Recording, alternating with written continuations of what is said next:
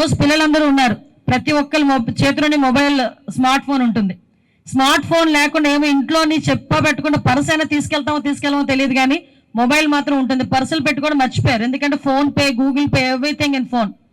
మనం మామూలుగా మాట్లాడుతుంటే ఏదైనా అడిగేటప్పుడు నీ ఐడి నెంబర్ ఎంత, ఈ నెంబర్, అదేం కాదు, నీ పేరేంటి కాదు, నీ ఫేస్బుక్ ఐడి ఏంటి.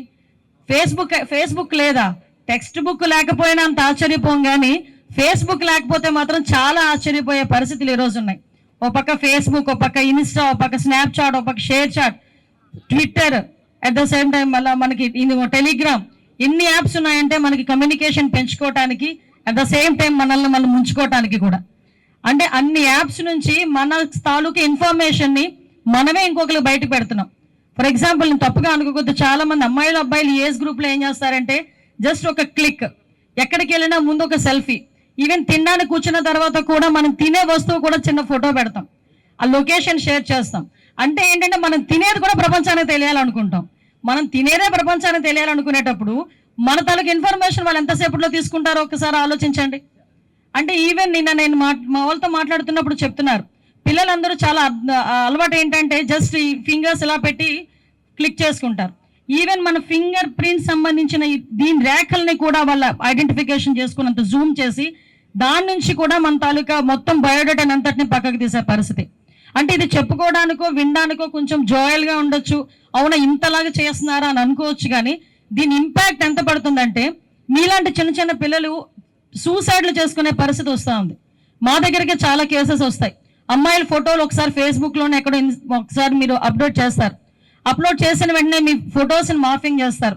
మీరు కనుక వాళ్ళకి సంబంధించిన డబ్బులు ఇవ్వకపోయినా, వాళ్ళు మిమ్మల్ని ఏదైనా అబ్యూస్ చేసినా బయట కూడా చెప్పుకోలేక, ఆఖరికి ఇంట్లో వాళ్ళతో చెప్పుకోలేక, ఫ్రెండ్స్తో చెప్పుకోలేక, ఎక్కడ అవమానపడతారో, ఎక్కడ మమ్మల్ని తక్కువగా చూస్తారో అని భయపడి సూసైడ్లు చేసుకునే పరిస్థితి కూడా చాలా కేసెస్ మేము చూసాం. ఇప్పుడే ఇందాక సిపి గారు చెప్పారు, దగ్గర పర్ డే మాకు తెలిసి ఒక 5 to 6 కేసెస్ వస్తాయండి, అంటే ఒక విజయవాడ పరిధిలో. అటువంటిది స్టేట్ లెవెల్లో ఎన్నో వస్తాయో ఒకసారి ఆలోచన చేసుకోవాలి. ముఖ్యంగా ఈ పిల్లలందరూ కూడా చదువుకునేటప్పుడు 5,000, 10,000 అవసరం అయ్యి ఈ లోన్ యాప్స్లోకి వెళ్తారు. ఈ లోన్ యాప్స్లోకి వెళ్ళి వాళ్ళు తీసుకొని ఒక చిన్న ఇన్స్టెంట్ డబ్బులు అంటారు. మాకు వస్తుంటాయి మెసేజ్లు, నాకు మొన్న ఎవడో పెట్టాడు 50 లక్షలు ఇన్స్టెంట్ లోన్ మీకు శాంక్షన్ చేశానని. అంటే వాళ్ళు ఇన్స్టెంట్ లోన్స్ అని చెప్పి మీ దగ్గర నుంచి మీరేం చేస్తారు, డబ్బులు ఉండవు, అమ్మ వాళ్ళని అడగాలంటే భయమో, లేకపోతే అమ్మ వాళ్ళ దగ్గర ఉన్నాయో లేదో అని బాధో ఏంటో, వాట్ ఎవర్ ఇట్ మేబీ, మనం ఈజీగా కట్టేద్దాంలే తర్వాత అని ఒక 10,000 20,000, ఎక్కువ కూడా కాదు మీరు తీసుకునేది, ఒక 10,000 20,000. అలాంటిది కూడా తిరిగి రీపేమెంట్ విషయంలో మీరు కడుతూనే ఉంటారు, కానీ ఆ డబ్బులు మాత్రం తీరు. ఆ 10,000కి 30,000 కడతారు, 40,000 కడతారు, కానీ ఆ అప్పు మాత్రం తీరదు. డెఫినెట్గా వాళ్ళు ఏం చేస్తారంటే ఈవెన్ ఒక క్లిక్, నిన్న మా వాళ్ళు చూపిస్తే నిజంగా ఆశ్చర్యం అనిపించింది, ఒక క్లిక్ మీ కాంటాక్ట్స్ అన్నీ కూడా వాళ్ళ చేతిలో ఉంటాయి. మీ తాలూకా పేరెంట్స్కో, మీ తాలూకా రిలేటివ్స్కో, వాళ్ళందరికీ కూడా మీ ఫొటోస్ మాఫ్ చేసి పెడతామని చెప్పి ఒక బీటెక్ స్టూడెంట్, ఒక అమ్మాయి నా దగ్గరికి, ఒక అమ్మాయి సూసైడ్ చేసుకుంది వైజాగ్లో లాస్ట్ ఒక 2 years బ్యాక్. ఏంటంటే ఇదే సిచ్యువేషన్. అంటే మేము ఎందుకు చెప్తున్నామంటే వాళ్ళు అలా బెదిరించి మీ దగ్గర నుంచి డబ్బులు తీసుకోవటం కానీ, మీ పేరెంట్స్ని బెదిరించి ఆ డబ్బులు తీసుకోవటం కానీ, ఇది ఒక క్రైమ్ విపరీతంగా పెరిగింది. ఇలాంటివనే కాకుండా హనీ ట్రాప్స్, ఇవన్నీ కూడా ఒక్కొక్కటి రోజు రోజుకి టెక్నాలజీ పెరుగుతోంది. నేనేమంటానంటే ఈ రోజు మన డిపార్ట్మెంట్ వాళ్ళు ఒక మంచి ఇనిషియేషన్ తీసుకున్నారు. ఈ ఇనిషియేషన్ అన్నది ఏదో మనం కూర్చొని ఒక అవేర్నెస్ క్రియేట్ చేసాము, ఒక యాప్ క్రియేట్ చేసాము అన్నది కాకుండా, ఒక వాక్ మనం పెట్టామన్నది కాకుండా, వాట్ ఎవర్ ఇట్స్, మనం ఇప్పుడు సైబర్ సోల్జర్స్ అన్నది మనం రెడీ చేసుకుంటున్నాము. ఈ సైబర్ సోల్జర్స్లో అవేర్నెస్ పెరగాలి, అట్ ద సేమ్ టైం మన దగ్గర కూడా టెక్నికల్ సపోర్ట్ కూడా పెరగాలి. ఎందుకంటే ఈరోజు మొత్తం స్టేట్ లెవెల్లో సైబర్ పోలీస్ స్టేషన్స్ అయితే డిస్ట్రిక్ట్కి ఒకటి ఉంది. ఆ డిస్ట్రిక్ట్కి ఒకటి ఉన్న సైబర్ పోలీస్ స్టేషన్స్లో ఒక సిఐ క్యాడర్ మాత్రమే, ఒక ఆఫీసరు, వాళ్ళకి ఒక 2-3 కానిస్టేబుల్స్ని మనం పెట్టుకున్నాం. కానీ ఈ సైబర్ సెల్ అనేది నాకు తెలిసి ఒక 3 దగ్గర 4 దగ్గర కొంచెం యాక్టివేట్లో ఉంది. బట్ నేనేమంటానంటే ప్రతి జిల్లాలోని కూడా ఈ సైబర్ సెల్ ఓపెన్ చేయాలి, సైబర్ సెల్ యాక్టివేట్లోకి రావాలి. ఈ సైబర్ సెల్కి సంబంధించి సైబర్ పోలీస్ స్టేషన్లో కూడా మనందరం కూడా ఒక అఫీషియల్గా టెక్నికల్గా సపోర్ట్ చేసే ఒక టీమ్ని రెడీ చేసుకొని, ఎస్పెషల్లీ సైబర్ క్రైమ్, మనం అనుకోవచ్చు రోజు రోజుకి క్రైమ్ పెరుగుతుందంటే ఈ సైబర్ క్రైమ్స్లోని ఉన్న వ్యవహారంలోని గాంజా కూడా, డ్రగ్స్ కూడా విపరీతంగా పెరుగుతున్నాయి. అంటే ఓవరాల్గా చెప్పాలంటే మన ఫ్యూచర్ని మనమే చేతులతో నిలిపేసుకునేటట్టుగా చేసే పరిస్థితి ఈరోజు మనకు కనిపిస్తూ ఉంది.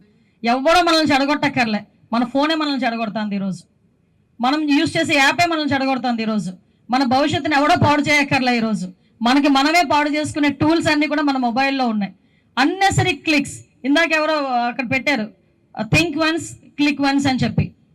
అంటే ఒక్కసారి అదొకటి. Next break the silence. ముందు సైలెన్స్ బ్రేక్ చేయండి. చాలా మంది ఆడపిల్లలు, ముఖ్యంగా మగపిల్లలు కూడా ఇంట్లో తెలిస్తే ఏమవుతుందో, మన రిలేటివ్స్కి తెలిస్తే ఏమవుతుందో, ఫ్రెండ్స్కి తెలిస్తే ఏమవుతుందో. కొంతమంది నా దగ్గరికి వస్తారు, doctors, lawyers, IAS officer, IPS ఆఫీసర్లే, మేడం మా పేర్లు బయటకు చెప్పకండి. నో, నేనేమంటానంటే కొంచెం ఓపెన్ అప్ అవ్వాలి. ఎస్, నేను ఇలా మోసపోయాను అనేది బయటకు తెలిస్తే 10 మంది ఆటోమేటిక్గా అవేర్నెస్ క్రియేట్ అవుతుంది, వాళ్ళలో కూడా ఒక అలర్ట్నెస్ వస్తుంది.